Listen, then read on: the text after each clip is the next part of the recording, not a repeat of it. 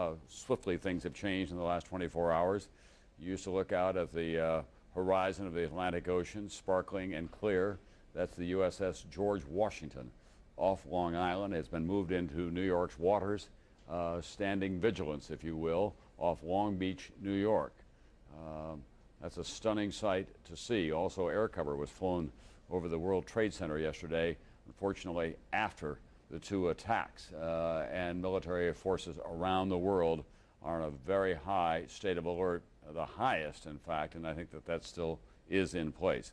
NBC's Dan Abrams now in downtown New York, as we say, way downtown, and he's going to bring us up to date on what is going on. Dan? Well, hi there, Tom. The rescue effort continues here. There are really three things they're doing back there behind me. Number one, most important, is the rescue effort, trying to find more people who are still alive in the rubble.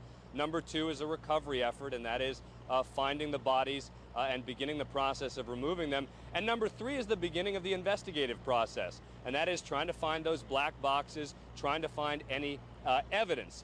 But for many New Yorkers around here, all of that area, meaning the immediate area, the block or two right around the World Trade Center, is blocked off. But many people walking in the blocks just beyond that, in the blocks certainly impacted by this bombing. I took a walk around some of those blocks. Let's take a look. I'm here in a block about a quarter mile from the World Trade Center. You can see that the buildings here are all intact. The pillars are still there.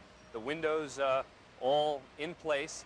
But literally, if you move down the block, you can see some cars that have been moved here. And you can see the amount of soot and dirt on that car from the scene. This really hasn't been moved since it happened. But even more jarring, I think, is this scene right here.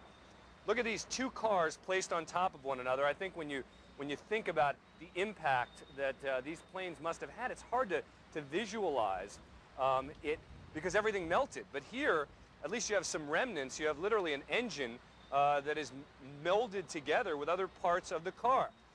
Moving over, you've got another car they moved here. It looks like it's been through a war. You can see the papers, all the burned out papers from the building. You see the soot and the dirt, and it just shows you how devastating this blast was. Look across the street there.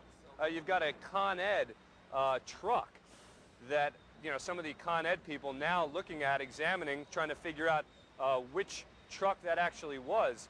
But that truck too, in terrible shape. So while many of the items, the steel, was literally melted, and it's not just charred cars on this street. You can see behind me this enormous piece of machinery that they are bringing in to help in the cleanup effort. There's a whole row of rescue vehicles behind it as well.